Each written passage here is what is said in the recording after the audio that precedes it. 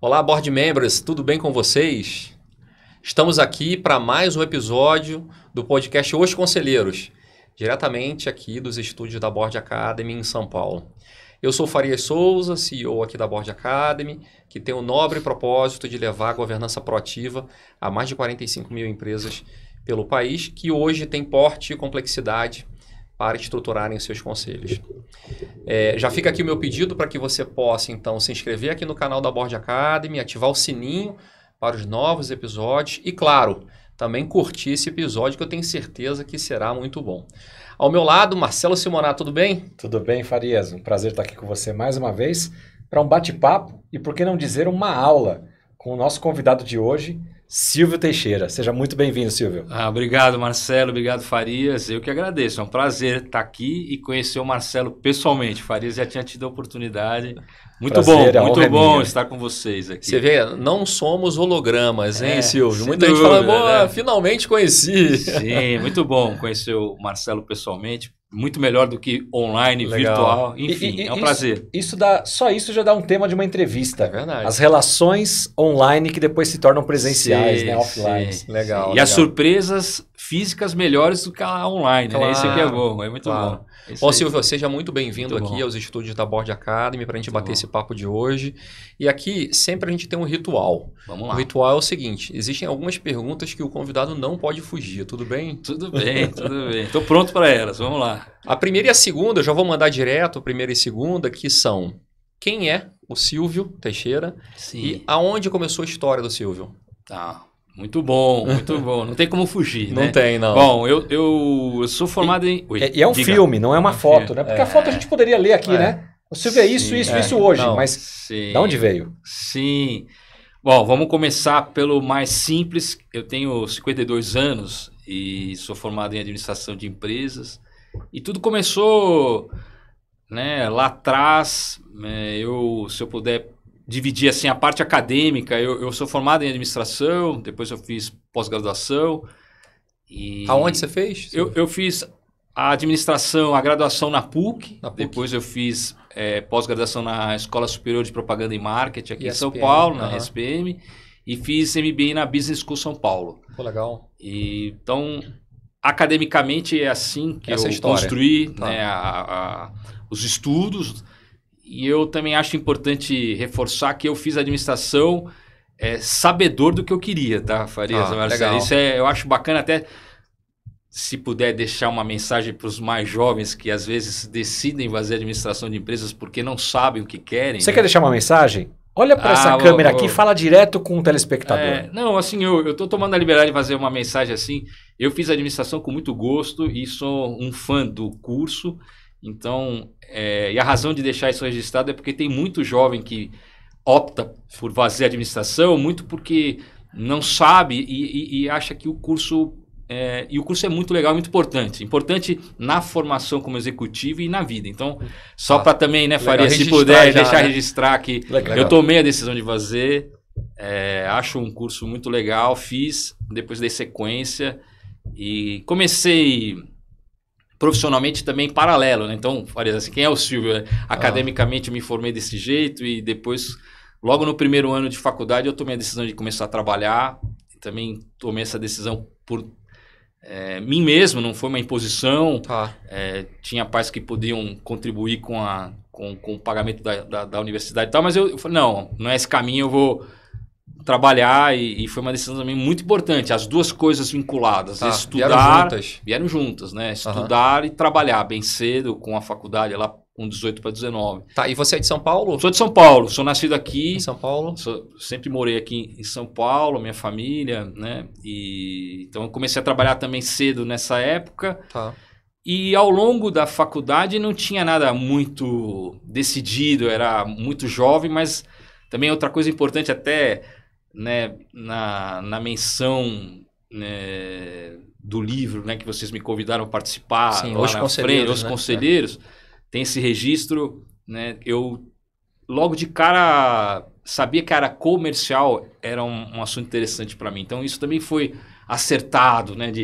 Poxa, eu vou começar a trabalhar, mas aonde? Não, acho que a área comercial é um caminho legal. Legal. É divertido, tinha conhecidos, pode ser um caminho e também fui feliz nessa escolha, né? Tá, então administração, na sequência já veio logo um emprego ali, uma posição. Sim. Mas, assim, meio que já sabendo o que você queria fazer. Sim, e isso fez toda a diferença, Farias. O Marcelo fez de saber intuitivamente, um caminho, área comercial, marketing. E também na época que eu fiz era um assunto novo, né? Vou descobrir o que é o marketing, o que pode acontecer, o que pode acontecer na área comercial. Então, eu tive essa felicidade de entrar nesse assunto e fiz a faculdade. E a tua primeira empresa, qual segmento? Quando eu comecei na faculdade, eu fui para a área de embalagens, né, como vendedor e tal, mas mudou um passo firme, vamos falar assim, quando eu fui trainee da antiga Brahma, né, da Ambev. Então, quando eu acabei a faculdade ali, eu fui trainee, e ali muda muito, né, você ser trainee de uma empresa grande. Era uma época também que ninguém entendia direito o que era esse assunto do Grupo Garantia comprar uma cervejaria. Soava interessante, era bacana. Então, também eu dei sorte de acreditar nisso, porque era uma coisa muito nova, alguém comprando, né? Hoje é fácil explicar que você tem um fundo que compra, que quer mudar a gestão, mas naquela época era muito difícil essa compreensão e eu também era novo. Eu falava, vamos lá. Mas o que me chamou a atenção era essa proposta de executivos mais velhos, né, do que aquela garotada na ocasião, de uma maneira despojada, acreditando num projeto diferente. Ó, nós vamos entrar, vamos mudar, a gente precisa de jovens, vamos trazer inovação, vamos trazer uma gestão nova. E eu trabalhei na Brahma, na antiga Brahma, fui selecionado nesse processo e foi muito bom. Me conta um pouquinho desse processo, porque na minha história, eu me lembro muito bem, eu fiz ADM também, administração no Rio de Janeiro, e a Brahma era lá, né? Sim, então, assim, verdade. E eu via que muita gente fazia, mas eram processos enormes, com muita gente, né? Muito. Então, assim, como é que foi para você esse primeiro desafio aí? Olha, Faria, você trouxe uma coisa que, assim, é motivo de orgulho na ocasião, porque é um processo difícil. Eu me recordo, assim, sem errar muito, são 5 mil, 6 mil jovens, né? Naquela época que não tinha tecnologia, você pegava o jornal do domingo, mandava no correio e um processo moroso, mas muitos jovens. E eu lembro que a turma de Brahma foram 7, sabe? Para 5 mil potenciais candidatos, uma molecada ótima. Todos ali deveriam estar formados, né? Com um certo nível de algum idioma, com alguma pré-experiência, né?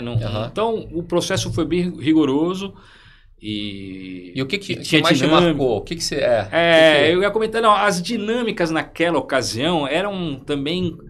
A dinâmica era um assunto novo para RH, né? Você não era uma entrevista, o Farias vai me entrevistar, depois não. Você entrar, por exemplo, numa sala com vários outros jovens e ter que fazer alguma coisa como se fosse teatral, né? De se expor, aquilo... O que talvez hoje a gente chame de gamificação. Exato. E hoje também você já está preparado, né? O jovem já está acostumado, as empresas acabam fazendo, mas eu estou falando isso em 93, né? Para 94, era muito novo, era até...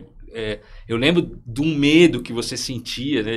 Então, que você me pergunta, o que me chocou, é um pouco desse medo. Você vai por uma exposição de uma coisa que você não está acostumado na sociedade, vou fazer uma dinâmica, vários jovens, põe um tema, você vai lá, faz um teatro, um julgamento, né? Então, a cultura também da Ambev hoje de... muitas pessoas, né, ali já te dando nota, sabe? Imagina. Você entrou ainda, era Brahma ainda. Era o Grupo Garantia comprando a Brahma, não já era... estava no processo de compra? Já estava comprada, né? Okay. Ela já estava comprada, eu entrei em 94, ela já tinha sido comprada anteriormente, mas tudo muito novo, trazendo trainees, né? Eu fui um dos primeiros, assim, acho que tinham 4 ou 5 turmas anteriores a mim, então eu já estava nesse pacote novo, né? Mas já formado, né? Trainee já formado. Ou estava no processo de formação na universidade? Não, eu já estava formado, já estava graduado. Eu acabei a graduação, eu acabei a graduação em 93, né? Entrei lá em final de 93 para 94, eu já estava formado. Era um pré-requisito você estar formado. Ou no final, no término, não podia passar disso. Então, porque assim, alguns programas de trainee, se eu não me engano, estavam no último período. Você não podia, você tinha que estar ali no término e pronto para...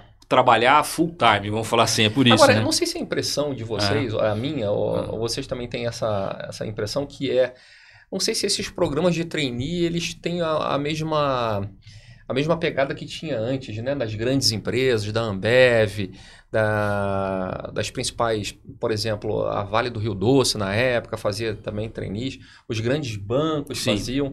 Ou a impressão minha, parece que hoje em dia não tem tanto isso. É a impressão minha? Perdeu o charme, o glamour do passado, onde você entrava num processo que durava aí 2 anos, rodando a empresa inteira, e no final, se você fosse bom, você seria líder em algum departamento. Um gerente, um diretor até. Era isso. Né?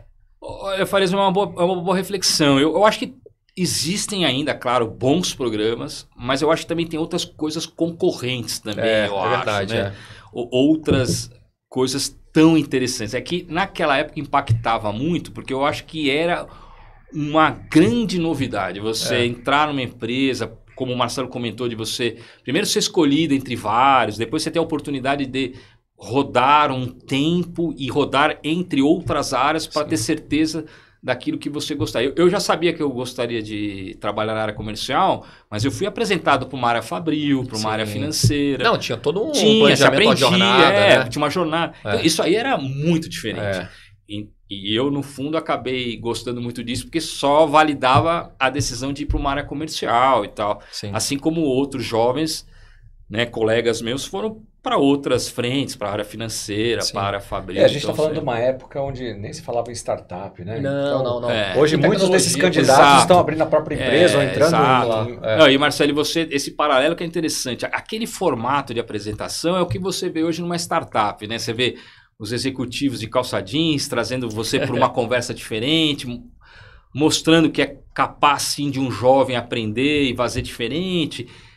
E-mail, tecnologia, né? Imagina, coisas que eram no momento muito distante e factíveis de imaginar, né? Então era isso. Para não dizer que não tem, né, Farid? Eu acho que hoje tem outro leque, né? Tem outro sem leque, dúvida, né? mas assim, eu vivi do outro lado, né? Que eu era o treinador dos trainees no McDonald's. Por isso que eu me lembrei bem. E os programas eram extensos lá, Sim. e era de 1 ano, o Sim. total, desde do início, né? O onboarding aí do Sim. trainee, até ele se formar e estar pronto Sim. internamente para ele operar numa área. Então, assim, Sim. durante 1 ano inteiro, ele não era responsabilizado por Sim. nenhum resultado, Sim. era só realmente treinar. É. Treinar, entender, ajudar de alguma forma, mas ele não estava no front. Né? Ele não era responsável Sim. por, sei lá, metas de faturamento, Sim, nada disso. sim. Então, imagina, a empresa investir durante 1 ano inteiro na capacitação desse futuro gerente ou Sim. diretor, e aí fez toda a diferença, porque vários caras desses hoje fazem parte não só do Mac, mas grandes companhias, porque passaram lá pelo McDonald's, né? Sim, Então, uma escola, uma né? escola, uma validação, faz diferença, assim. Sim, a base, né? Que é uma extensão da conversa, né, Faresa? Muitas das coisas que eu tive na formação, eu trago até hoje. Então, aí, ó. Isso é importante, tem muita coisa importante. Eu fiquei na Brahma por 5 anos e pouco, alguma coisa assim, menos de 6. Mas são intensos, né? E tem coisas, por exemplo, de rotinas de gestão, de controles, né? De KPIs, né? De você olhar resultados que eu carrego comigo. E outras não. Sim. Hoje aquilo também, que é bom e hoje dá para falar. Hoje você tem oportunidade de dizer, pô, não combinava 100% e eu quis mudar. Então, também, mas só para reforçar que tem fundamentos sólidos, né? Que você traz até hoje. Hoje, num assunto de governança, num assunto de rotina, de gestão, que eu trago até hoje, né? Agenda de trabalho, de cobrança, são rituais que vêm comigo disso aí, dessa formação sólida, né? Legal. E que foi importante na época, né? Claro. Então, quase 6 anos aí de Brahma e depois, Silvio? Naquela época, eu tive a oportunidade de ir por uma empresa que estava recém chegando no Brasil, que é a Sara Lee Cafés, americana, né? Então, era um assunto que eu queria também ter a experiência de trabalhar numa multinacional, acabou coincidindo com uma boa oportunidade, eles estavam trazendo também jovens, e eu fui para a área de franchising, da Café do Ponto. Pô, legal. Era muito legal, assim, a entrada da Sara Lee, que é uma empresa americana, naquela época era enorme, ela tinha várias... Naquela época também era comum ver empresas com várias frentes, né, vários segmentos. A Sara Lee tinha desde sabonete, cafés, alimentos, né, ela comprou várias categorias ao redor do mundo, e no Brasil ela comprou de uma tacada só 3 marcas de café: Café do Ponto, Café Pilão e Café União. Nossa! De uma vez só. Então tem um lado super positivo que eu entrei nessa de aprendizado, e tem um lado complexo que era a coisa de como acomodar a cultura. Qual seria a que ia prevalecer?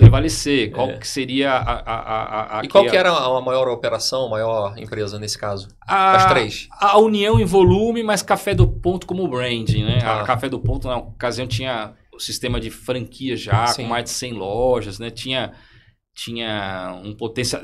Era de São Paulo também. Então, as marcas ótimas, né? Café Seleto era menor, mas tinha uma importância. Mas essas marcas juntas...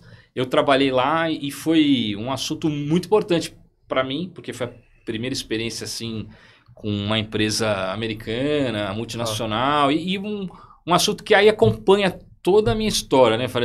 Eu estou sempre envolvido em mudanças de gestão. Entrei na Brahma, recém-adquirida, para mudar a gestão dos distribuidores antigos para um assunto de inovação. Aí na Sara Lee também era uma recém-compra de marcas familiares e mudança, uma obrigatoriedade de mudança. Então, no meu caso, que eu entrei como um gestor de franquias, hoje é um assunto que nem se pensa, mas na ocasião, fachada de uma franquia tem que ser padronizada, a xícara tem que ser padronizada, o fornecimento do pãozinho de queijo, né, supply, tudo padrão, igual. Né? Como você sabe bem isso, né? Aquela época não, mas já se tinha essa ideia, vamos fazer igual o McDonald's, vamos fazer igual... E eu entrei porque a Brahma, no frigir dos ovos, ela ensinou muito aos executivos a padronização, porque os distribuidores de bebida, eles são padronizados de A a Z. Então, você, quando vai para comercial, um distribuidor, ele tem a fachada, ele tem os vendedores que são inúmeros vendedores com um discurso, com um speech padronizado, uniforme, né? O que você faz no estabelecimento, sistema, imagina. Logística, softwares, controles, por exemplo, de desconto, parte financeira. Então, todos os distribuidores de norte a sul têm que fazer igual. Ou seja, você pegou essa inteligência e replicou. Exato. E eu tinha que trazer isso. E eu também, naquela época, não tinha essa consciência. Um executivo está me trazendo da Brahma para trabalhar dentro do franchise, mas por quê? E eu achava que é muito legal. Não, é porque você já tem uma formação de padronização. E você vai me trazer isso para uma forma menor, né? Para um sistema menor de padronização, né? E importantíssimo, né? Que a franquia é isso. E aí você ficou voltado mais para as lojas franqueadas? Sim, tinham duas frentes de trabalho. As franquias, esse franchise e o food service. O food service também era um assunto novo, né? De você vender café fora... né, do lar, né? Então era um assunto novo também que exigia entrar em outros canais e etc. Então era uma novidade, era um assunto muito legal na ocasião. E qual foi o maior desafio que você teve, então, no Café do Ponto, né? Que já que você operou as franquias lá. O maior desafio? O maior desafio foi aprender a conversar com os donos das franquias, essa descoberta. Eu não tinha essa experiência de conversar com quem ali era dono de um business, um empreendedor. O cara que pegou um recurso próprio, montou e tem uma expectativa enorme de alguém que está franqueando, né? E também só para complementar esse raciocínio, né, o Farias, naquela época o franchise também era uma coisa nova no Brasil. Estou falando aí 99, 2000, é um assunto novo. Muita descoberta. Então, as empresas crescendo no franchise e a gente também ao mesmo tempo aprendendo, né? Você abre as franquias, já tem a operação, tem que padronizar, mas a coisa já está acontecendo. E você tem comparações automáticas com o que está acontecendo nos Estados Unidos, a ABF, Associação Brasileira de Franchise, ali dando a regra do jogo.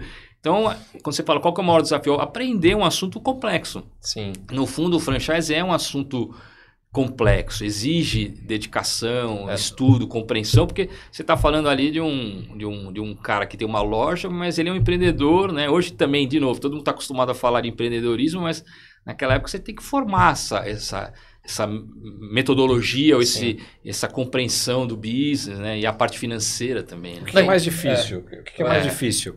Ensinar um ex-funcionário. Muitos franqueados são ex-funcionários que se aposentam ou são desligados, enfim, pegam lá a sua rescisão e falam, o que eu faço da vida agora, né? Sim. Muitos vão para um café, vão para uma padaria, para uma pizzaria, enfim, e vem no franchising um modelo de não errar. Testado, né? Eu vou por aqui, vai ter alguém para me ajudar, não vou fazer sozinho. Então, o que é mais difícil? Ensinar um cara desse que veio de uma outra indústria completamente diferente, então aprender um novo business, ou doutriná-lo a seguir as regras de uma franquia, de uma franqueadora que tem já um procedimento a seguir, né? É uma pergunta boa, Márcio. Mas de bate-caixa eu diria que é aprender com clareza um outro segmento. Vou justificar, né? E num paralelo, assim, eu hoje com a PR Sports, eu estou tendo a experiência de novo de lojas, franquias da Topper mais rainha. A gente chega nesse ponto, mas a gente, né, nós hoje temos também é um cara inexperiente que está abrindo essa loja. Então, é um cara que tem esse recurso que você falou, que guardou, que acha o negócio interessante e quer abrir o negócio. Quando você pergunta que é mais difícil seguir as doutrinas e tal, geralmente as pessoas querem também ter essa disciplina. Ela já não é... ver com bons olhos, vai ter alguém que vai me orientar, é legal. Mas quando o cara é um ex-executivo, por exemplo, quando o cara é uma pessoa que tem experiência, tem uma complexidade de convencê-lo, que mesmo ele tendo uma experiência regressa de ser executivo, que ele tem que aprender do segmento. Então, quando você fala do café, não é porque você trabalhou e teve êxito como um diretor de uma empresa automobilística, por exemplo, que ele vai ter sucesso naquele micro negócio. Porque não tem absolutamente nada a ver. Você ser executivo... Eu estou falando, não estou citando não, mas é isso. No geral, claro. Eu já passei muito nisso. Você ter êxito como um grande executivo de uma empresa e não funcionar. O cara sabe demonstrativo de resultado, o cara sabe tudo, mas é difícil você ser comerciante. Nós vamos voltar nesse ponto daqui a pouco para fazer essa conexão da virada de chapéu, não para a franquia, mas para o mundo do conselho. Sim. Que é uma complexidade também. A gente vai voltar nisso. Porque a troca de chip, né? Você está trocando chip. Exato. Mas vamos voltar para sua carreira. Vamos lá. Tá lá no mundo do café. Exato. Né? E aí, como é que foram? Quantos anos? Eu fiquei um bom tempo ali também, uns 5, 6 anos na Sara Lee, né, à frente desse negócio. E implantou loja no Brasil todo. Na verdade, eu mais adequei. Ela já tinha um parque de lojas. Você vê que a Café do Ponto é uma marca até hoje. Ela é uma marca fortíssima, familiar. É de São Paulo. Então, e assim, só para a marca Café do Ponto é uma marca com muito branding forte, com muitos proprietários, donos de loja. Numa época que ninguém prestava muito atenção, já tinha umas 100 lojas. Então, o que eu fiz muito foi aprender a fechar lojas. Que é difícil isso. Muito difícil. Porque assim, a americana, né, a Sara Lee como uma americana, ela já tinha um padrão internacional e um padrão de aceitação. Eu quero uma loja... E ela também, já por ser multinacional, sabia o que viria para entrar no Brasil, que hoje a gente vê uma Starbucks na esquina. Então ela já sabia que essa vinda de grandes players... Né? Então, quando você me pergunta o que foi mais difícil, primeiro foi aprender o franchising, ter que estudar e me dedicar e seguir nessa jornada... E depois você equalizar. Por exemplo, o franchise tem muitos proprietários que tem mais de uma. Às vezes funciona muito bem, o cara já pega 4 e já arruma, 5 já... Mas quando também a pessoa não quer, você já tem 5, você vai ter problema com 5 frentes, pontos, né? Então eu tive muita dificuldade, mas implementamos e ela teve muita modernidade. A Café do Ponto... se modernizou em termos de fachada, em termos de supply, de padronização e fez frente, né, para outros players, se preparou para isso. Então, e para mim foi um aprendizado rico, porque eu, de novo, né, estava inserido numa mudança, numa compra de empresas brasileiras, familiares. Muitos familiares permaneciam nessa troca, né, continuaram. A empresa foi comprada, mas o principal executivo ficou mais um ano, 2 para fazer... passar a transição e 100% empresas familiares tocando loja, né? Todos os donos ali. Então ali eu já vi que era uma coisa que eu estava inserido já, que não tinha volta, mas eu gostava. Eu achava que era uma oportunidade profissional interessante, né? De estar lá, de ter aconselhamento, de ficar próximo. E o franchise também te dá essa oportunidade de fazer boas amizades. O franqueado, ele espera isso de você. Sim, né? Tá próximo. De um aconselhamento, é isso. Então foi ali que eu comecei a perceber que eu também tinha potencial para isso, né? Do aconselhamento, de ficar próximo, de tentar fazer coisas simples e bem feitas. Que eu falo, a loja você faz simples, né? Uma checagem de número, uma checagem de potencialidade, uma relação comercial boa... e você também aceita inputs, eu acho que tem um caminho legal, né? É por aí. Legal. Então, 5, 6 anos de novo na Sara Lee, depois... E aí, Farias, aí eu mudei. Aí eu troquei completamente para uma coisa que eu queria. Eu já estou no esporte, né? Eu estou com 52 para 53, já estou na área de esportiva há quase 20 anos. Eu sempre fui uma pessoa praticante, jogar tênis, jogar bola, gostar desse assunto... E eu sempre ficava de olho nesse universo. E até uma coisa muito interessante que eu aprendi com vocês nas aulas do PFCC, que isso é importante dizer, que hoje essa palavra te ajuda, que é o assunto do propósito, né? Naquela ocasião, eu nem saberia falar assim. Mas eu sentia que, poxa, se eu trabalhasse com uma raquete de tênis, se eu trabalhasse com um material esportivo, eu teria um propósito para acordar mais feliz, olha isso, acordar de manhã. Só que era uma coisa que eu não saberia explicar com aquela idade, com 30 anos, e hoje dá para explicar. O jovem tem essa oportunidade. Pô, vamos acordar com propósito, vamos acordar e saber exatamente. O jovem hoje tem. Escolhe a empresa para trabalhar. Hoje eu não quero acordar e trabalhar numa empresa que eu não me identifico. Pô, na minha época não era assim. Você tem que trabalhar... Necessidade, né? Não, e outra, você tem que agradecer, você vai e pronto. Na nossa época era bem diferente, né? Falar, eu ainda sou mais velho aqui da mesa, mas... não tinha essa clareza, e isso eu acho que é muito legal nos dias de hoje, mas para não perder a tua pergunta, eu tive uma grande oportunidade de trabalhar com bicicletas, né? Então a Caloi, que é uma marca incrível, sim, ela tinha sido recém-comprada pela família Musa. Você vê que de novo eu tive a oportunidade de entrar uma empresa que tinha uma family office, um fund, comprou a marca, uma marca centenária incrível, e mudando completamente a gestão. Ela como empresa também, né? Naquela época já tinha um propósito. Nós vamos comprar uma marca incrível, em 5 anos nós vamos fazer o turnaround completo e vai ter uma volta de lucratividade, etc.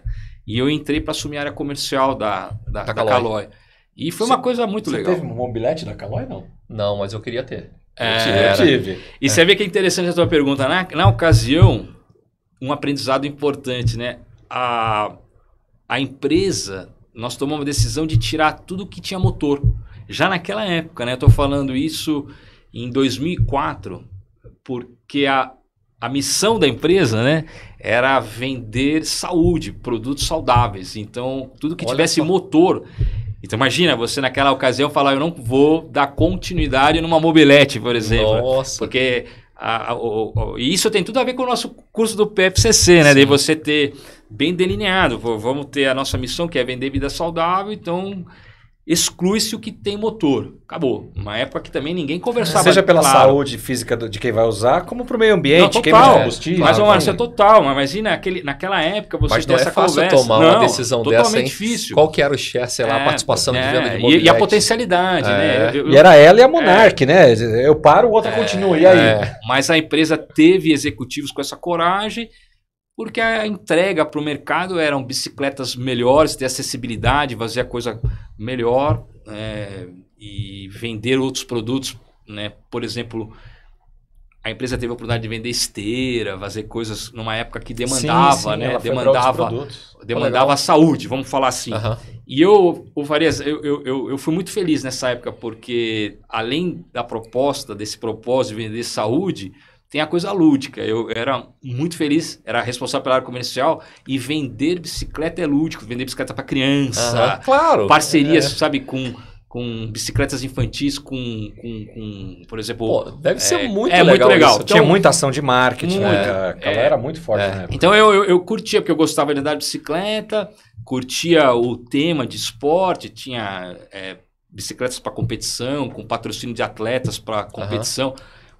A bicicleta é esporte olímpico, né? Você tá lá no ciclismo, então a Caloi envolvida nisso, aí você tem a coisa lúdica de bicicleta para criança. Cara, impressionante, né? O universo, você vai falando aí, aí eu vou pensando aqui as possibilidades que tem, né? E Farias, uma coisa muito... A gente vai voltando no tempo. Vai voltando. Meu pai trabalhou na Monark. Eu cresci dentro da Caloi porque o pai de um amigo meu trabalhava lá, e a Caloi era daquelas empresas na época que tinha um grêmio, onde no final de semana os funcionários iam para a empresa. Uma chácara, então, né? no final de semana eu passava inteiro ali na Guido Caloi. Imagina, então, exatamente. Aliás, aquela região era uma região referência, né, das fábricas, né? Agora tudo está em Manaus, em outras cidades, em Atibaia, mas aquela região ali, os parques fabris enormes, enfim, é isso mesmo, mano. E para voltar na tua observação, né, Farias, o assunto da bicicleta, né, de ter esse propósito, e eu fui muito feliz, eu não tinha dúvida, era uma empresa que tinha, só para refazer esse registro, que tem tudo a ver com a minha carreira, quando você pergunta quem é o Silvio, né? Hoje eu falo, eu estou há 30 anos inserido em empresas que necessitavam uma mudança de gestão, e todas com problemas financeiros, que entraram algum grupo, algum investidor para salvar. Para salvar, para mudar. Até hoje. Então, hoje o que eu faço atual é isso. E na ocasião eu fui para a área comercial, e era uma combinação de coisas interessantes que, pô, tem um propósito, vou vender bicicleta, vou vender... Não, deve ser muito legal, porque né? vender a cerveja é legal, vender o café Não, foi claro. super legal, mas o assunto eu estava mais relacionado até hoje com o esporte, né, com atividade física, com material esportivo. Então, pronto, era para mudar a área comercial, tinha Não, mas a cerveja, depois do futebol de domingo, vai bem. Mas no fundo, uma coisa tem que estar combinada a outra, né? Tem que ter a combinação uma a outra, né? E o café também, não tem como acordar e não tomar e tal. Mas só para fazer essa observação. E nessa época, né? se eu não me engano, tinha aqueles comerciais da Caloi que eram assim, super premiados, né? Até assim, antes da família, né? Nos anos 80, Não Esqueça da Minha Caloi. Isso, é uma das marcas mais fortes. Não esqueça da Minha Caloi. A família Caloi, por isso que tem o nome, a família Caloi, que veio da Itália e tal, era uma família que fez muita coisa legal e por problemas de gestão acabou tendo foi a falência da empresa, e a família Musa teve a oportunidade de comprar a marca. E na compra da marca, que era um fundo de investimento com uma família com muita experiência como executivo, com formação exemplar, implementou um conceito que também para a época era muito diferente. Tenho 5 anos claros para fazer a mudança. Em 5 anos tem que dar lucratividade, tem que pagar tudo. Tem que pagar, tem que mudar a gestão, isso bem definido. Então, assim, essa foi a primeira experiência que eu tive de ver um conselho trabalhando. Só para dizer, assim, a Caloi formou um conselho, ela tinha um conselho de administração, eu não participava, era convidado. Sim. Eu era novo, era executivo só, o diretor da área de vendas, eles tinham uma outra tratativa, mas nos assuntos eu era chamado para comercial ou para a área de recursos humanos. Então eu tinha as minhas participações ali, né? E ali eu já comecei a ver que fazia diferença, porque eu escutava e prestava atenção. É toda a mesma conversa. Em 5 anos vamos mudar, 5 anos tem que reduzir custo, tem que ter isso, tem que ter... E a minha parte era bem clara. Você tem, Silvio, reduzir, por exemplo, o número de escritórios. Era uma gestão que tinha escritórios regionais. Era uma época que você tinha, né, escritórios regionais, tinha que cortar esses custos. A gente trouxe tecnologia, notebook para jovens trabalharem. É uma coisa muito nova. Imagina, nós trocamos representantes para os jovens vendedores executivos trabalhando com notebook à distância. Pô, legal. Já naquela época, com uma mudança para vender produtos de saúde. Então, tinham que ter jovens também que curtiam, que fizessem, praticassem, né? Pô, legal. Então, foi muito bacana. Bom, maior desafio na Caloi? O maior desafio que eu tive na Caloi foi esse, sim, mas eu tive a oportunidade de ir para os Estados Unidos pela Caloi. Esse foi o maior desafio meu, profissional, em todos os sentidos. Eu, em 2007, só para fazer uma observação que é importante, a Caloi família, ela de uma maneira visionária, ela já colocou nos Estados Unidos, nessa época dos anos 80, assim, uma operação na Flórida, em Jacksonville, para ficar dentro do maior polo de bicicletas. A família quis estar dentro dos Estados Unidos para aprendizado. Então, quando a família Musa adquiriu a marca, veio também a operação dos Estados Unidos. Então, não tem uma razão de estar na Flórida, naquela cidade, foi feito tudo por oportunidade, mas o interessante, ela já estava dentro de um polo de aprendizado. O americano é tanto o japonês como o Japão quanto os Estados Unidos, de referência de fabricação, de desenvolvimento de bicicletas. E a Caloi aqui no Brasil, tendo esse plano bem claro de 5 anos, 6 anos, mudar, tinha aquela pergunta: o que nós vamos fazer com a unidade lá? Então, tem que padronizar, não dá para ficar solta. E eu recebi essa proposta de assumir a unidade nos Estados Unidos. Nossa! E a razão, assim, isso é interessante. Tem o lado super uau, muito bom, né? Pô, se você vamos embora. Vai ser muito mais um trabalho comercial, né? De padronização, de atendimento, de avanço das vendas, né? Mas no paralelo, eu peguei a crise de 2008, né? Então, quando você me pergunta o que eu... Acho que foi a maior dificuldade que eu tive pessoalmente e profissionalmente na minha vida foi... Parou tudo, né? Parou. Então, assim, quando você me pergunta, um dos maiores aprendizados que eu tive foi quando eu fui para os Estados Unidos em 2007. Eu não era para ficar 1 ano e meio, eu retornei nesse período, era para ficar um pouco mais, mas a crise foi tão intensa lá que tudo quebrou, e quebrou na Flórida, né? A Flórida foi o berço do assunto da bolha, né, do mercado, só para recordar, né, ela ali explodiu, né, com os bancos e principalmente assim, a Caloi em específico, ela tinha um business de quase 90% de frotas de bicicleta para resorts, para os hotéis. Então, o hotel ali, ele não quer uma bicicleta sofisticada, ele quer uma bicicleta simples e ele renova essa frota. De tempos em tempos. Menos de um ano já renova. Tem que estar tudo zerado. Tudo zerado para cada verão ter tudo zerado, exatamente. Porque ferrugem, aquela coisa, tem bicicleta de ferro e tal. Então, o business era trazer as bicicletas da China, bicicletas com custo super baixo, vende-se para os resorts, para a Flórida e todos os outros estados assim, porque essa costa ali tem um atrás do outro, resort com o mesmo propósito, tem as bicicletas praianas, né, aquelas beach cruisers. Então é um negócio super bacana, simples, vem da China, vende, eu vou lá, ajudo, faço, vai ser super legal, né? Parece fácil. Parece. Né?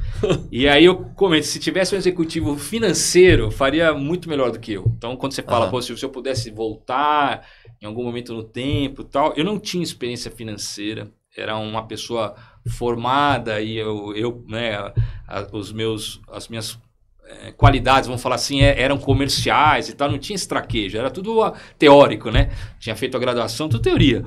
Aí chegou lá, eu aprendi o que é uma crise onde, assim, da noite para o dia, os resorts decidem não renovar as frotas porque não vai fazer investimento. Esses contratos, eles são anualizados, eles já são feitos um ano antes com os hotéis. A China, não preocupada com isso, manda entregar de qualquer jeito as bicicletas com custos maiores, porque o alumínio subiu na época.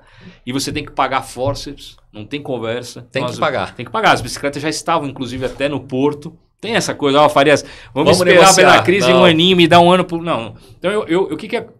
Hoje eu dou risada, mas foi um aprendizado sufocante, assim, de você aprender o que é não ter proveito do estoque. O estoque não tem que ser feito, você só paga, ele não tinha como ser vendido. O capital de giro completamente comprometido, né? Você não tem caixa, aí as linhas de crédito desaparecem, porque os bancos aí sumiram com as linhas de crédito. E você tem o ponto de venda, o americano, que quer a bicicleta. Então, você também lá nos Estados Unidos, você não pode deixar de vendê-los. Você é obrigado, você tem que... Né, na crise, você não pode falar, não vou te vender se você não me paga. Não existe, você tem que... Né, você pode até ser processado lá por isso. Você tem que ajudar o cara a sair dessa situação difícil, do buraco. Então, você tem que colocar a bicicleta, você não recebe, então você tem um contas a receber inadimplente, você tem que colocar a tua bicicleta... E pagar à vista. Pagar à vista, pagar o chinês, pagar... Então, eu fui obrigado, assim, ó, só para fazer da história uma história engraçada, eu fui obrigado a aprender o que era esse tal de fluxo de caixa. Na marra. Olhar na marra, ter esse despertar de olhar, de entender, e entender o quanto esse aprendizado financeiro, ele é essencial, né? Claro. Porque eu não tinha e fui pego de surpresa, e a distância com o Brasil. O Brasil sempre ajudou, mas não é a mesma coisa, estar no calor, né? Então, eu tive que frente lá, né? Tive que aprender. Ficou quanto tempo lá, Silvio? Fiquei 1 ano e meio. Mas quebrou, a empresa fechou. A família tomou a decisão de fechar a operação. Fez bem, porque você estava numa situação que não tinha para onde ir, não tinha melhorias e ela não era prioritária, né? Era uma operação que estava lá, mas ela não era prioritária para o negócio e estava até machucando o caixa aqui do Brasil, né? Claro, claro. E assim, também só um parênteses interessante, né? Toda vez que tem uma crise de um setor, o Walmart, ele sabe fazer negócio, ele começou a trazer as bicicletas para dentro, para ele. Para ele e para os Estados Unidos, direto da China. Então você vê, ele não era especialista nisso, teve um problema no segmento onde ele percebeu que players estavam tendo dificuldade. Tá bom, isso aqui quem resolve sou eu. Começou a trazer bicicletas de monte e acabou. E lá virou referência. Então você vê, uma marca nacional no meio daquela dificuldade estava fora do game, é isso. Ficamos fora e fechamos a unidade. E quando eu voltei para o Brasil, aí eu tomei uma decisão também que foi importante, né? Que foi não sair do segmento de esporte.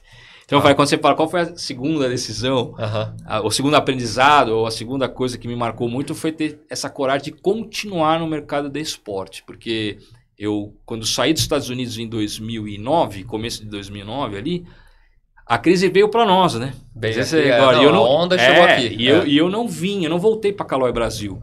Eu fiz um trabalho de outplacement na época e tomei a decisão de continuar no mercado do esporte. E foi difícil essa decisão, porque você tem outras oportunidades de ir para outros setores e tal, e eu acabei insistindo para ficar. E acabei entrando na Umbro na ocasião, e aí também, aí voltou aquela alegria, eu entrei no universo do futebol. Então, melhor do que vender bicicleta, exatamente. Tudo conectado.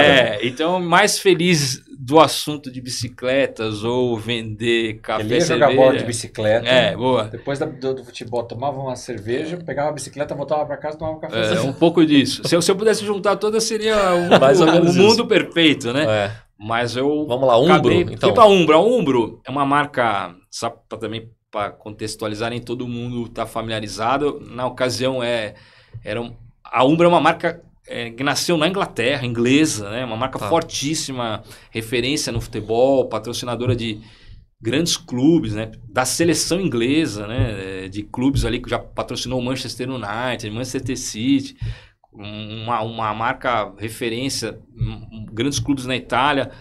Então, na época, quando eu entrei, ela tinha sido recém-comprada pela Nike. A Nike comprou a Umbro, eu entrei ali em 2009, a Nike tinha comprado um ano antes, era tudo muito recente. De novo, eu estava entrando uma recém-compra de uma marca, né?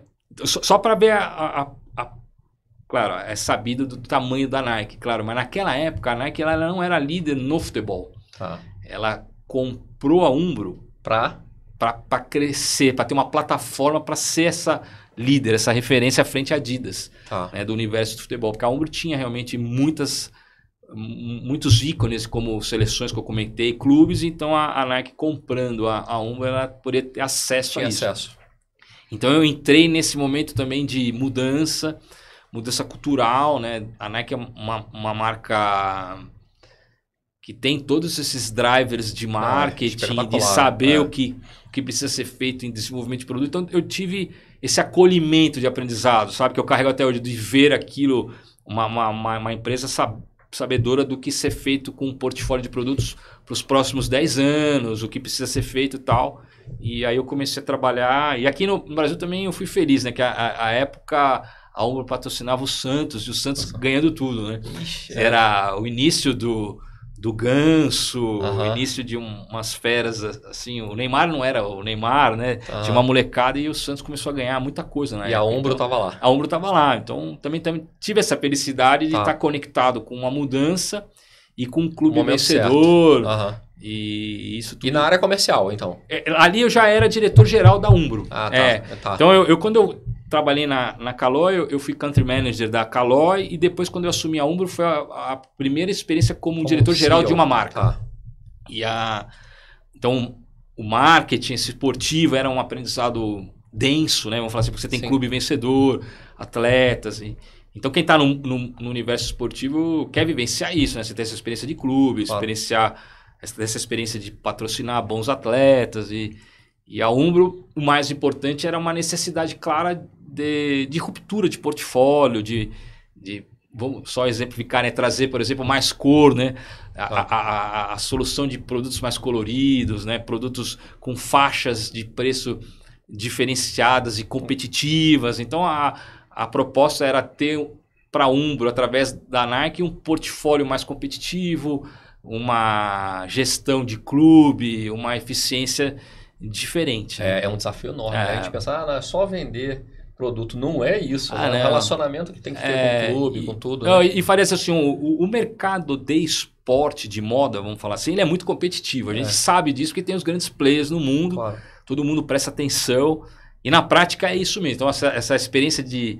Quando a gente fala lá atrás, no meu caso, né, de Ambev, de cervejaria, né, de uma Brahma competindo com uma Antártica naquela época, você pega o mercado de esporte, é isso. Uma ali mensurando o market share e prestando atenção no vizinho. Claro, então, todo momento. Né? Então, essa competitividade ela é global e principalmente capitaneadas pela Nike, pela Adidas, né, e outros grandes players. Então, o mercado de esporte é isso. E o mercado de esporte, ele traz no paralelo a moda, né? Você tá no contexto, o lifestyle, a moda, claro, tudo. Muda então, tudo, coleção. É a coleção. Então, você também tem que aprender. Mas a Umbro não tinha muito essa pegada, né? Diferente da Nike. Não, a Nike tinha um lifestyle, mas todas te trazem essa preocupação de ter. Então a Umbro também tinha um lifestyle menor, né?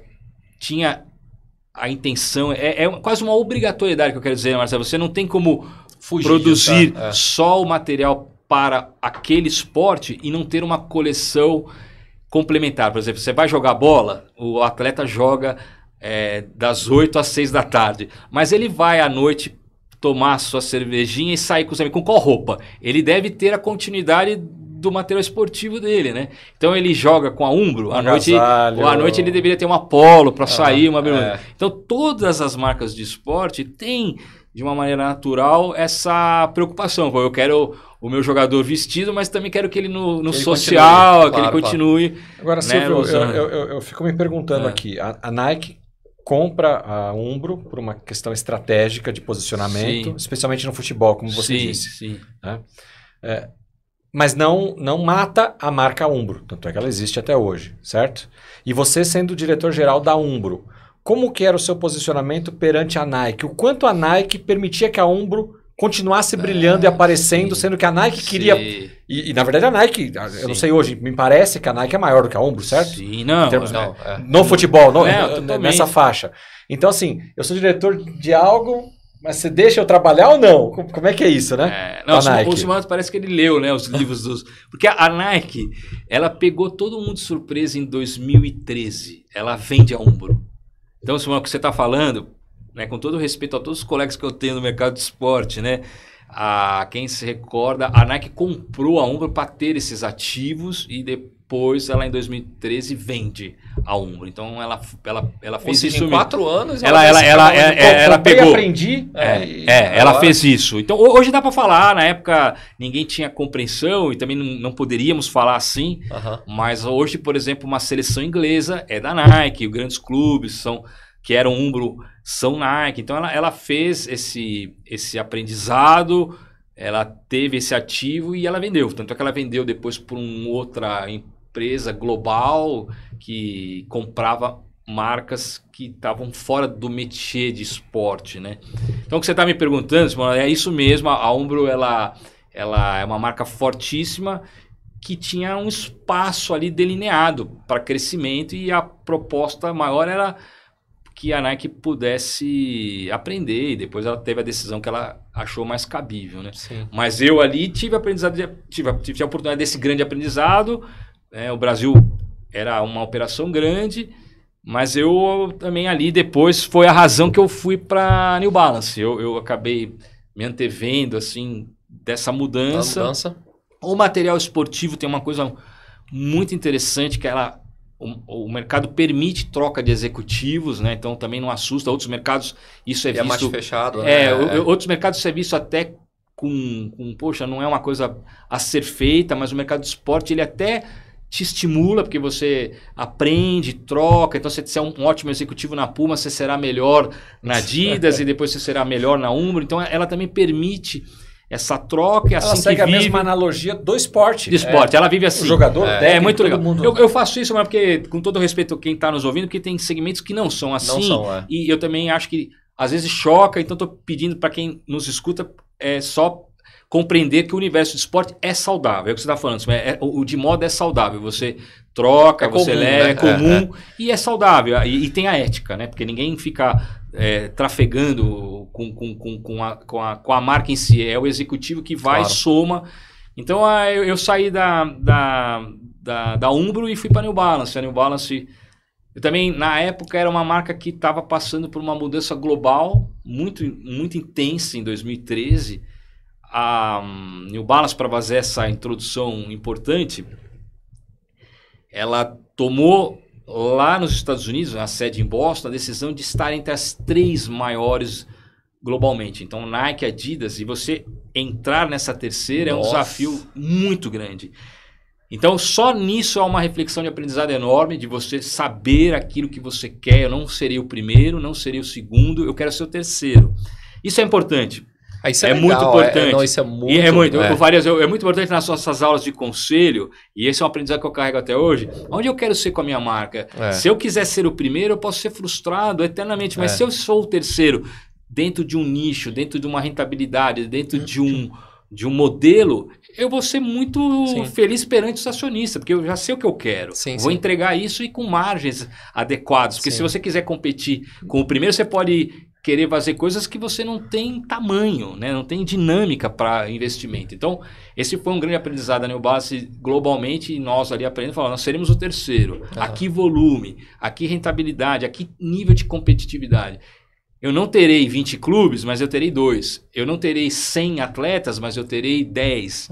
Então, e eu terei um portfólio fora dos Estados Unidos, que a New Balance exigia. Ela era uma empresa, referência entre os Estados Unidos, americana, com uma respeitabilidade altíssima, familiar, que não foi para a bolsa. Isso é muito importante também, interessante. Ela não foi para a bolsa, não está em bolsa, por decisão interna, né, da família, e tomando a decisão de ser competitiva. Então, para isso, ela tinha que olhar para o umbigo e falar como eu presto serviço melhor, como eu mudo o portfólio, o que eu faço para competir com uma ASICS, por exemplo, no running, o que eu faço para ter o tênis para jogar, o que eu faço para ter o basquete, o que eu faço para... E ela tem isso, hoje ela tem tudo, passado todos esses anos. E um aprendizado que no meu caso foi muito rico, né? E é isso que eu também aprendi muito, as lojas em si. A New Balance tomou uma decisão de ser referência no e-commerce, para ter uma competitividade e ser uma marca nova de experimentação do consumidor no PDV. Então ela começou a abrir na Ásia inúmeras lojas para poder ter experiência, mostrar, eu existo, tô aqui. Você vai na Nike, ok, mas eu também tô aqui do outro lado da rua com uma loja encantadora, uma loja com isso, com portfólio. Então ela começou a abrir lojas, e no Brasil nós entramos nesse mindset de abrir lojas por obrigatoriedade, porque vem de fora, né, de Boston e tal. Então, nós compramos esse planejamento de abertura de lojas e a New Balance abriu muita loja aqui no Brasil. Né? A marca pertence a uma família, né? Tem uma licença da marca, eu era o diretor-geral da marca e a família muito experimentada na abertura de lojas começaram a abrir várias lojas. Então, a New Balance, num determinado momento, já tinha 30 lojas. Né? Uau! E lojas ótimas, com uma oportunidade de proporcionar para o consumidor a degustação de coisas novas, tênis de corrida que ninguém estava esperando, um tênis para jogar tênis, né? Confecção, tênis de lifestyle, que eu sei que você curte, né? A marca, né? O tênis de moda, interessantíssimo, mas numa diversidade maior. Então essa foi a maneira que a New Balance globalmente encontrou para competir, bem claro o posicionamento, né, na liderança, e no Brasil replicando o modelo. Então eu peguei essa sequência. Eu fiquei 6 anos na New Balance à frente disso, como responsável pela marca, e um aprendizado riquíssimo de varejo, de abertura de loja, de entrada no e-commerce, né? Uma obrigatoriedade, mas um assunto difícil também. E quando você chegou na marca, já tinha essa operação? Estava começando? Não, começando. A New Balance no mundo, ela era muito acanhada, né, em 2013. Né? Ela era acanhada. Ela tinha uma proposta global de rejuvenescer, de expandir, e eu entrei também com uma marca respeitada, porque tem um brand enorme, mas não tinha capilaridade no Brasil. Né? Devia ter um importador no Brasil, porque eu lembro de usar New Balance em 94. Tinha uma operação bem menor, mas a partir de 2013, globalmente, ela fez essa proposta, e o Brasil também teve uma operação local, né, uma decisão de abertura de lojas e trazer um portfólio mais robusto, com uma equipe de vendas, e a gente teve um crescimento bem acentuado, bem grande mesmo. Você não levou a New Balance para o futebol? Com a experiência que você Não, eu não peguei. A New Balance está no futebol aqui no Brasil, já não estou na gestão. Ela patrocina o Bragantino, né? O RBB. Mas você vê que já era uma decisão global de ir para o futebol à frente de clubes interessantes, e ela continuou fazendo. E fez muito bem, porque uma marca que quer ser essa terceira, ela tem que entrar no futebol. Porque senão não consegue ter volume, não tem exposição. E ela fez, né? Tem outros clubes também na Inglaterra, tem na França. Ela começou a fazer um trabalho... Mas eu não fui o responsável por trazer a New Balance pro futebol. Eu fiz um trabalho bastante intenso com a vinda de lojas, que não existia essas lojas novas, não existia um portfólio tão abrangente, então nós começamos a produzir muita coisa local, com solução nacional, com fábricas. Isso também foi muito importante para a época de ter custo, né? O Brasil é um polo importantíssimo de fabricação de calçados, né? Essa coisa também de só importar de fora é desesperador, né? Não é assim. Você tem que achar um percentual interessante do que é importado, que você não consegue fazer de mix, e aqui que você... Não, vou fazer local para ter custo, para ter capilaridade e competitividade. Sim. E a gente achou com grandes fabricantes também aqui, muita gente que contribuiu, né? Bom, então quanto tempo? Fiquei 6 anos na New Balance. E depois? E aí onde eu estou hoje? Já estou para 4 anos, entrei na BR Sports. A BR Sports é uma empresa pertencente ao Grupo Sforza. O Grupo Sforza é uma holding, né? Que tem várias frentes, tem Taco Bell, Mundo Verde, tem escolas de idioma. Legal.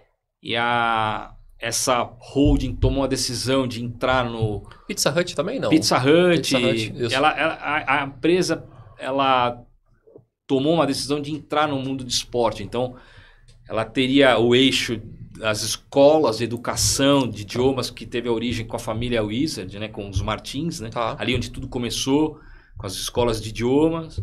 Depois eles entraram no mundo de alimentação, com Mundo Verde, Pizza Hut, Taco Bell, que é uma operação grande. E ela teve uma oportunidade onde a Alpargatas colocou à venda algumas marcas, entre elas a Topper e a Rainha. Então, vamos recordar no tempo, assim, há uns 6, 7 anos para trás, as marcas foram adquiridas da Alpargatas. A Alpargatas tomou essa decisão de vendê-las, venderam outros ativos e o grupo tomou a decisão de comprar. E aí, mais uma vez, eu entrei numa empresa familiar com uma gestão nova, mas eu tinha um assunto mais específico que quando a BR Sports adquiriu as marcas, tinha ali naquele momento um modelo de negócio que era a fabricação dos produtos e a comercialização. Então, as fábricas, elas ainda eram da Alpargatas, né? Se produzia e se comercializava. Por 2 anos, esse modelo, ele teve muitos problemas, e problemas financeiros seríssimos. Você não estava lá ainda? Não. Eu entrei para mudar esse modelo, Farias. Assim, a empresa tomou uma decisão de não dar continuidade, porque ela encontrou um problema financeiro enorme mesmo. Por quê? Porque quando o planejamento foi feito das marcas dentro da produção que ainda era Alpargatas, custos e etc., eram outros. Depois a realidade se mostrou diferente do planejamento na aquisição. Então, quais realidades que afloraram, né? Primeiro, custos fabris de sair da produção que tinha setups específicos, então custos. A área comercial também, a mudança de equipe de vendas, da tratativa com o mercado. Então, ela perdeu eixos importantes de custo, de atendimento, de custos também de importação, né? Que muitas das coisas vinham da Ásia, então elas eram importadas por um grupo, depois individualmente, enfim.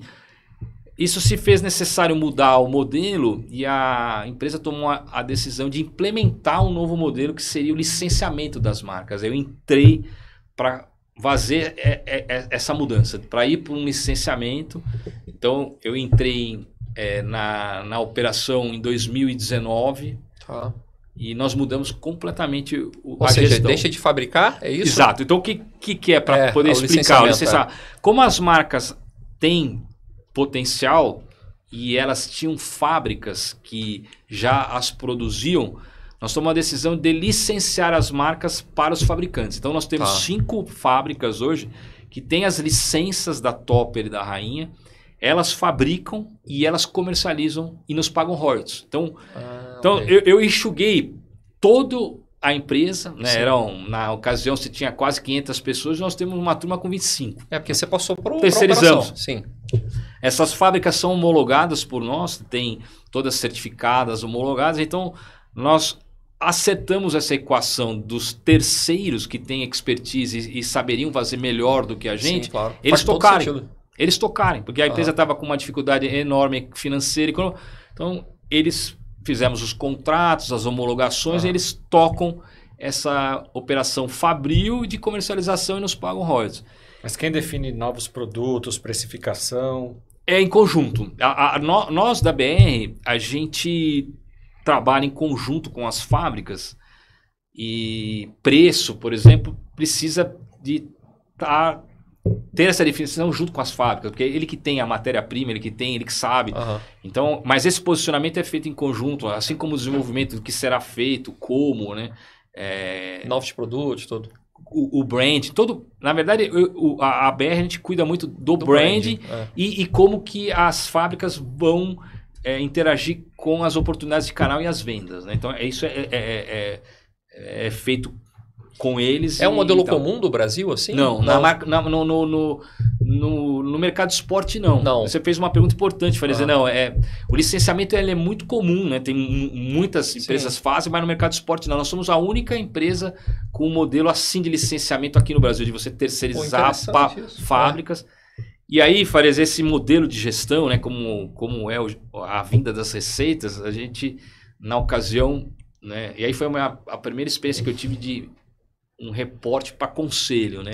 Então isso é importante de fazer uma coisa combinada com a outra. No conselho, eu me reporto a um conselho, estava bem claro isso. Nós faremos essa mudança como? Então as fábricas estão lá, vamos terceirizar, vamos fazer a coisa acontecer com quem conhece. Só que no paralelo, nós também vamos ter uma solução do digital, de ter um e-commerce nosso e de franquias. Porque assim você consegue ter 3 blocos de receita, onde 2 eu poderia dar o tom. Isso, hein? Isso e hoje eu falo, Farias, assim, nós encontramos isso e o nosso digital, a gente fez uma parceria com a Magazine Luiza. Então eu não estou com um player qualquer, né? A Magazine Luiza, canhão. ela opera outras marcas, mas ela nos deu a possibilidade de estarmos como um hub com eles, de tecnologia, de saber operar. Então imagina que eu tenho as fábricas que produzem, comercializam e nos pagam royalties. Eu tenho o digital feito através da Magazine Luiza, que sabe operar, porque ela é quem opera a Netshoes, ela é dona da marca, ela comprou a Netshoes. Então ela faz isso conosco. Ela mesma compra as mercadorias das fábricas e nos ensina como é o universo digital e nos paga royalties. E nós fomos para o universo do franchising. Hoje nós já temos 8 lojas, né? De ter essa experimentação com lojas combinadas das 2 marcas, Rainha com Topper. Que é uma coisa diferente. Então é BR Sports? A BR Sports, né? A empresa, eu sou... Não, mas a franquia. A franquia é Topper Rainha, né? A marca, a loja. Okay. Não está escrito BR Sports. Tem as 2 logomarcas. Entendi. E elas são posicionadas como uma proposta popular mesmo. O Brasil, como somos populares, tem muita oportunidade no público BC de ter lojas acessíveis, populares. Aí você com 250 mil reais consegue ter uma loja com produtos unificados, né? Porque eu falo isso, porque quando as marcas estavam anteriormente com outra gestão, você não imaginava as 2 dentro de um mesmo universo. Hoje você vai numa loja... O público, elas são concorrentes. E você hoje vai numa loja, você tem essa oportunidade de ter essa solução. Eu quero uma coisa mais casual, feminina, a Rainha te entrega uma solução. Eu vou para o universo mais de futebol, alguma coisa nesse sentido, eu tenho uma Topper. E para uma metragem aí de 70 metros quadrados, é uma coisa super importante e nós empurramos, vamos falar assim, positivamente essa solução por causa da Covid. A Covid se fez necessário. Não dava para ter na Covid uma loja de Rainha. Não dava para ter na Covid uma loja de Topper. Você não tinha essa... O futebol, ninguém estava jogando bola, ninguém estava... lá na pelada, né, na escola. Então, nós juntamos as 2 marcas dentro de um espaço e hoje é muito competitivo. Então, nós vamos avançar no sistema de franchise com terceiros, bons operadores nos pagando os royalties, avançar com mais um canal digital, de distribuição também, né? De experimentação importante e você tem o digital e somado aos fabricantes. Então, nós mudamos esse modelo de negócio e salvamos a empresa. A empresa ficou interessantíssima, com rentabilidade. Com sustentação. E cada um fazendo o seu melhor, né? A fábrica sabe fazer, deixa ela produzir, né? E ela sabe muito melhor. E quando o Marcelo fala de preço, ela sabe ser competitiva para ser popular, né?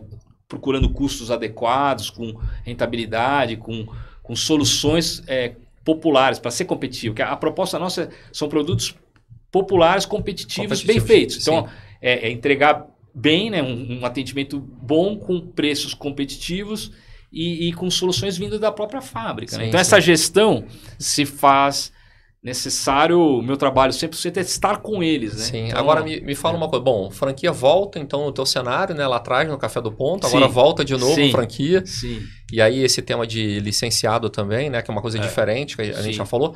Mas franquia, esse canal, né, ele ainda é um canal forte no mercado brasileiro. Você vê que assim, alguns empreendedores estão seguindo para esse mundo. E como é que é o processo seletivo, por exemplo, se você pudesse, se puder abrir aqui para a gente, como é que você seleciona, busca aí o franqueado operador? Porque assim, é importante que ele opere, né? Sim. O sistema em si de franchise, né, ele é importantíssimo para nós. Né? Eu não tenho um número aqui fresco, mas ele significa uns bons bilhões aí para o Brasil, né, no nosso PIB. Sem dúvida ele é importante. No caso do Topper e Rainha, ele é muito novo, mas ele é interessante porque não tem essa possibilidade. Né? Você está acostumado a ver as soluções para o café, para alimentação, para ensino. Então, quando nós fomos para a BF, né, primeiro para dizer toda esse filtro. Isso. Né? Então, nós fomos para a BF, tivemos que nos preparar, porque você não pode franquear se você também não estiver dentro da BF, com todos os predicados, né? Com toda a governança que a associação existe. Existe uma lei, né? Uma lei das franquias, existe uma lei, né? E você tem que ter essa governança, você tem que ter todas as documentações, as ferramentas, a famosa COF, que é circular de ofertas e franquia, tem que estar tudo... Então, você tem uma homologação, você tem que estar preparado. E você, como empresa, tem que estar preparado para estar dentro desse contexto. E nós fizemos essa lição de casa, né? Fomos primeiro na BF, aprendemos, nos programamos para ter essa aprovação. Então, hoje a empresa tem, né, todos esses predicados para poder ofertar. E o processo, Farias, ele é assim, ele tem que ter um misto do democrático e o não democrático. O democrático é o que eu falo, nós temos nos nossos portais, nos nossos sites, a pessoa tem a oportunidade de entrar, de fazer lá, de se inscrever, e não tem uma obrigatoriedade da pessoa ter sido um ex-dono de loja de calçado. Não. Mas ele tem a obrigatoriedade, como todo franchise, que a pessoa... O ideal é que ela já tenha tido uma experiência prévia, e se ela não tem, é que ela queira aprender. É isso que assim, aí a gente faz um processo seletivo de que a pessoa queira ter os aprendizados básicos, né, de finanças, né, de aceitar não é só chegar lá com dinheiro. Não é. Aliás, assim, hoje se faz mais necessário do que nunca uma triagem profunda, né? Porque o Brasil também não é simples você abrir um empreendimento, tem muita gente fechando, né? Infelizmente. E varejo, então, fechou. Então, nós estamos sendo bem rigorosos no assunto financeiro, né? Da pessoa, orientativo mesmo, né? De ela ter lastro, né? De ter lastro. E a gente também, por incrível assim, é uma obrigatoriedade nossa de orientar. Olha, acho melhor você não abrir, não ir por esse caminho, porque você não tem capital. Você não consegue... Né, ter o dobro de uma reserva do que você investiu, quanto tempo você vai precisar, quanto tempo ter essa paciência. Então, nós já perdemos muito negócio. Agora, de Silvio, orientar. Vamos lá. Loja shopping, vocês recomendam? Loja rua? Como é que está isso? Nós temos todas as experiências. Assim, o que é interessante, nós tivemos um negócio de modular, de ter uma solução arquitetônica dentro da oportunidade, por exemplo, que o shopping proporciona. Se ele tem uma loja de 50 metros, eu consigo ter uma solução. Se ele precisa de um quiosque, a gente tem a solução. Legal. Se ele tiver uma loja de 100, eu também consigo. Nós sofremos muito na Covid, como qualquer outro empreendimento, e a gente acabou aprendendo muita coisa. Tivemos quiosque, tivemos dentro de shopping bons. Hoje a gente recomenda ter loja na rua também, mas o mais importante é cidades... menores. Não adianta entrar num grande centro comercial e abrir com concorrência enorme, né? E o custo de aluguel. Ocupação muito alta. Como as marcas são populares, o que a gente precisa, obrigatório, dentro dessa triagem, é você ter uma cidade aí até 400 mil habitantes, numa região, num local que tenha tráfego, com uma competitividade não tão assintosa, mas os custos bem administrados, né? custo de aluguel, o custo ali de condomínio, ocupação no geral. Tem que ser feito no lápis.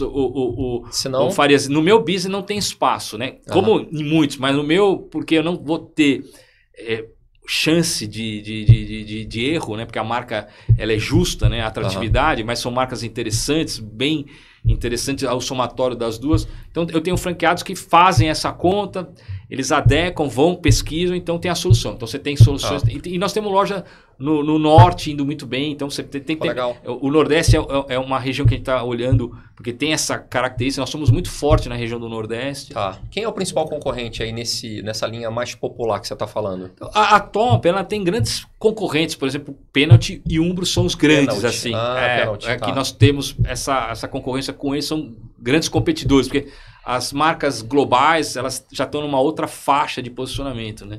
Então, Você sabe uma coisa interessante que eu lembrei aqui, Marcelo? Eu atuei durante 15 anos no McDonald's, né? Comecei lá como chapeiro e tal, tenho muito orgulho disso. E aí depois eu fui convidado para fazer o startup da operação do Burger King no Brasil. Que legal. Bom, primeiro que os caras queriam me matar literalmente lá do McDonald's, né? Pô, você ficou 15 anos agora, você vai lá para a concorrência. E lá a gente tinha o slogan seguinte, seremos a segunda melhor opção de hambúrguer. Então assim, isso mesmo. Tava muito claro aquilo que você falou, né? Muito. Esse foi o primeiro aprendizado. Seremos o segundo e tudo bem. Isso. E aí tinha uma brincadeira lá que eles falavam, né, no McDonald's, que no Burger King, quem nasceu para trabalhar com palhaço nunca vai ser rei. Olha. Porque tinha lá, né, toda uma concorrência enorme, Imagina. Lá em Miami, no escritório do Burger King, quando você entrava, tinha um quadro lá com o rei, né, que é o mascote do Burger King, dando uma gravata no Ronald McDonald. Sério? E além disso, a gente aprendeu, e isso não o pessoal fala, é coisa que falam aí na internet, que quando a gente chegou no Brasil, qual era o melhor lugar para abrir as lojas do Burger King? Próximo das lojas que faturavam bem do McDonald's. Claro. Só que era muito caro. Sim. Imagina você abrir uma loja no Shopping Morumbi aqui, Silvio. Sim, como é? O custo de aluguel, ocupação. Primeiro que não tem espaço. Você chega lá, não tem. Exato. É muito difícil, né? Na pavimentação. Exato. Então, você tem um case anterior do Bob's que não deu muito certo. Acabou ficando pelo meio do caminho. Tá lá, mas não cresce, né? Então, assim, você vê que mesmo assim, hoje, só para você ter ideia, o McDonald's levou 20 anos para ter a loja de número 500, enquanto o Burger King levou 10 anos. Então, assim, você se apropria desse a experiência, aprendizado. Claro. Mas o que você fala, Farias, eu acho muito interessante, porque passa desapercebido, às vezes, principalmente nas empresas familiares. Quando você não tem, vou colocar essa palavra, agora não tem outra melhor, mas essa vergonha... mas é importante, porque você às vezes fica envergonhado, e isso é um problema que tem que ser trazido para um conselho. Sim. Vamos ser o terceiro? Vamos ser o quarto? Isso é importante. Não tem a vaidade. Não tem a vaidade, mas é uma palavra melhor, porque o saber o que você quer já define quem você será na competitividade. Sim. Isso você só aprende com essa clareza. Então, nós vemos isso com o Silvio Santos há muito tempo, né? Ele sempre se posicionou ali como segundo. Mas, Marcelo, isso não é tão... É um assunto que não é tão conversado. É tabu. Depois as empresas, os executivos não querem, por exemplo, você como executivo, como diretor-geral, como diretor, você não quer também, eu serei o terceiro. Você quer estar trabalhando numa empresa, e principalmente o brasileiro, eu quero ser o número 1. Só que às vezes não. É certo que o que você combinou com o acionista, às vezes quando você é número 1, você não entrega. Então você ter essa conversa, esse planejamento, eu vou entregar tanto de rentabilidade, vou entregar tanto de crescimento, mas vou entregar aquilo que eu combinei de resultado. Essa é uma conversa profunda e você só consegue, às vezes você fala, serei o quarto. Sim. Porque senão você não será, você não vai, e principalmente nas empresas familiares, né, Farias? Ele sabe isso, o cara tem a empresa dele, ele sabe do tamanho dele, mas ele não fala, não, seria o terceiro, o quarto bem feito.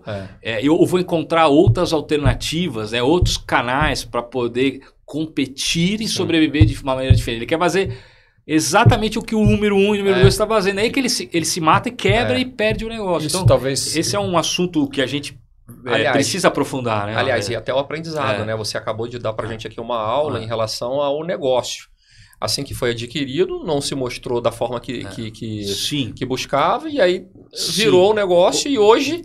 Farias, isso também é outro, né? A idade também contribui muito, né? Você tomar decisões rápidas para estancar sangrias, né? A empresa familiar, ela tem uma capacidade, que esse é o lado positivo, velocidade. Se ela quer e não tem a vaidade, porque se você ficar parado nisso, da morosidade, da vaidade, eu não quero porque eu fiz assim... Vai derretendo, né? Vai derretendo. Então, eu aprendi, e acho que esse é um tema importante, que a gente vê muito quando a gente tem as aulas contigo, da Board Academy, da governança das empresas familiares, de você ter coragem, não ter a vaidade, de falar, eu vou mudar...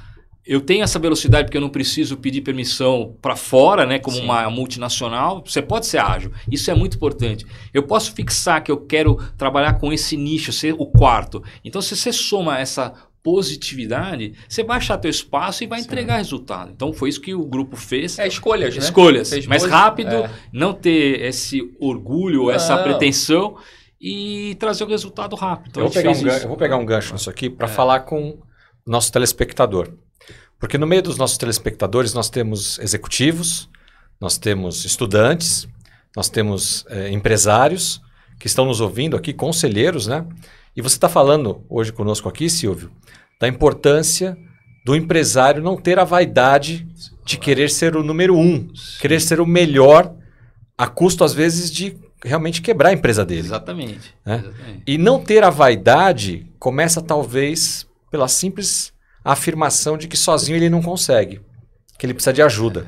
E é aí que entra o papel do conselheiro, né, Farias? Sim, para apoiar, né? Para apoiá-lo, para orientá-lo, para trazer experiências como a do Silvio, de outras empresas que fizeram esse caminho. Então você não precisa fazer sozinho, tomar uma decisão difícil como essa sozinho. Você pode se apoiar em conselheiros que vão te dar esse know-how, essa experiência trazida de outros lugares para você oxigenar o seu negócio. E erra menos, né? Eu costumo dizer sempre aquela frase: no mundo dos negócios não existem novos erros. Existem novas pessoas errando os mesmos erros de sempre. Silvio, caminhando aqui para o final. Primeiro, que história, hein? Aliás, obrigado. Só marca legal, né? Eu me lembro que eu devia ter de 14 para 15 anos. O meu sonho naquele ano, ainda um jovem, era ter um tênis rainha. Olha lá que legal. Então, assim, Rainha System. Isso quando entrou na uma marca... Isso faz parte da minha vida, cara. Tinha aquela molinha no meio, uma borrachinha aqui, bem no meio. Marcelo muito bom. Marcelo, fã de calçado, muito bom. Vamos lá, duas outras perguntas para a gente encerrar aqui. Vamos lá. Primeiro, se você tivesse a oportunidade de voltar no tempo aí e estivesse sentado de frente com o Silvio com 20, 22 anos, que conselho você daria para o Silvio jovem? Puxa, eu daria assim, eu acho que o jovem, ele, principalmente hoje, e aí no meu caso, para não fugir, né, de tentar controlar essa ansiedade do crescimento.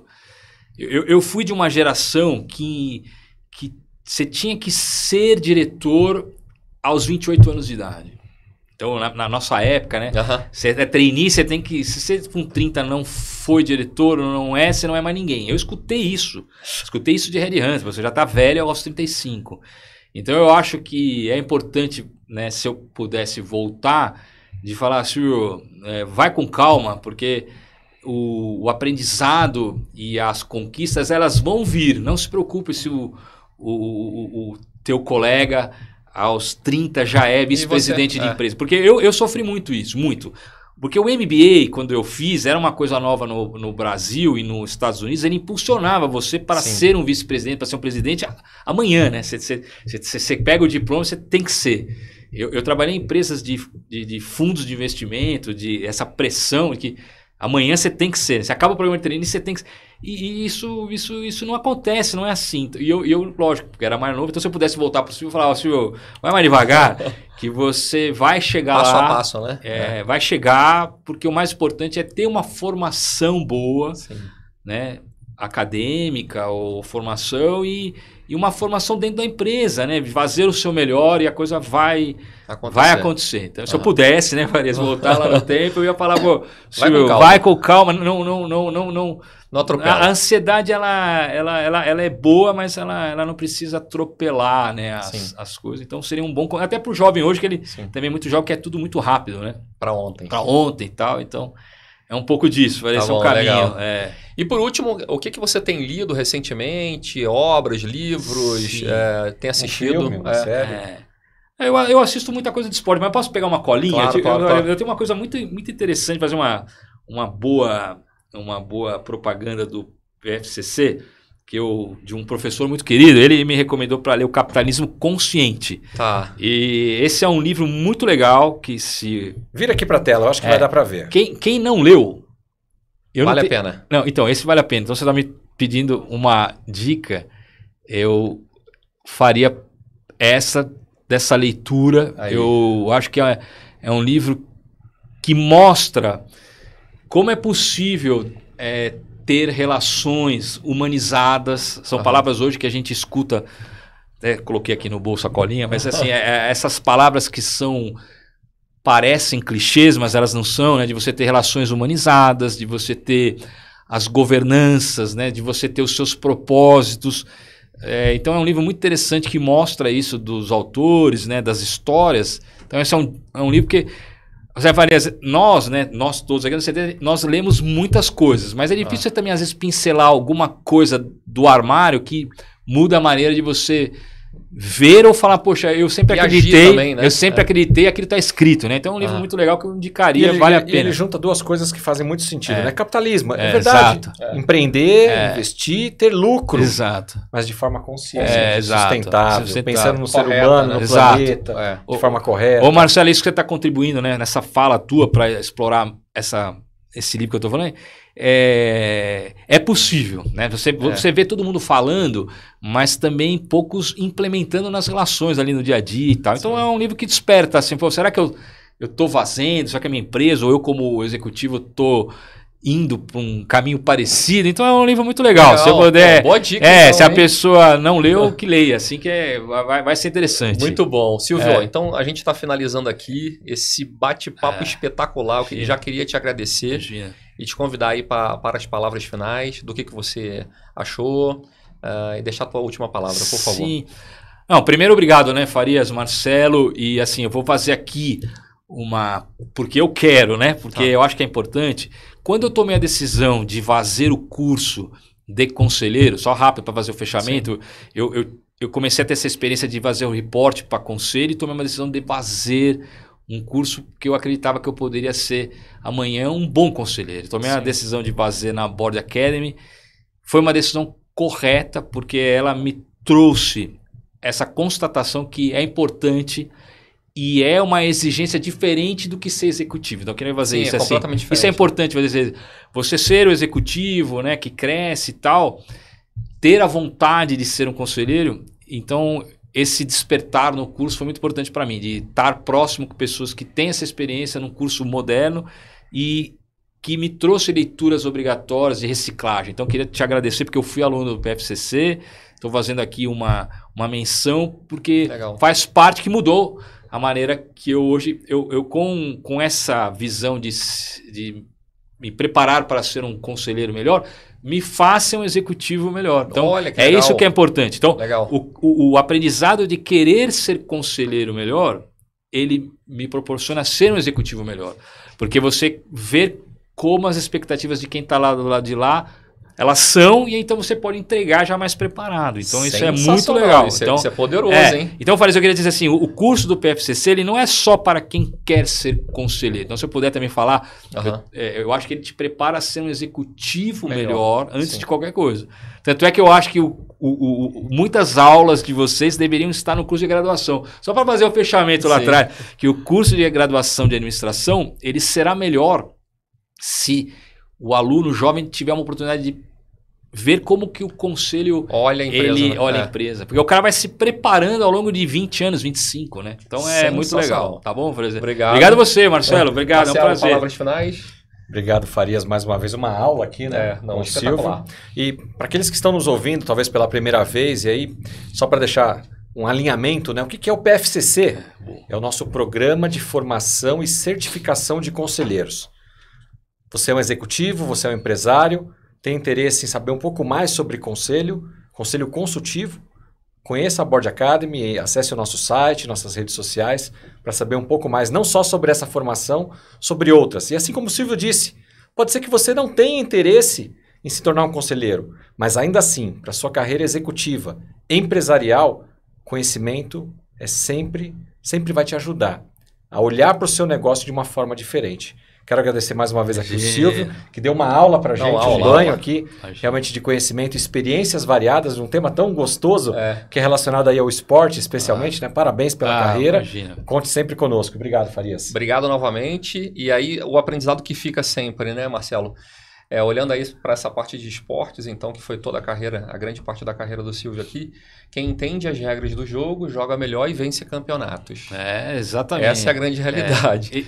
Exato, Farias. E assim, se você souber aonde não jogar... Isso. Esse acho que o grande MBA da idade, né? Aprende aonde não jogar, que aí você faz o seu planejamento melhor. Em quais brigas entrar. Aonde não joga, aí você faz o seu business plan nisso. Então é um grande aprendizado aí. Se você puder ajudar com a molecada, né? Aonde eu não jogo, então eu faço um bom planejamento. É um bom caminho, hein? Um bom caminho, né? Muito bom. Se você gostou, então, desse episódio, considere se inscrever aqui no canal e também curtir esse episódio. Claro, compartilhe com seus amigos aí, porque realmente essa aula que a gente teve hoje aqui foi espetacular. Um forte abraço e a gente se encontra semana que vem. Tchau, tchau.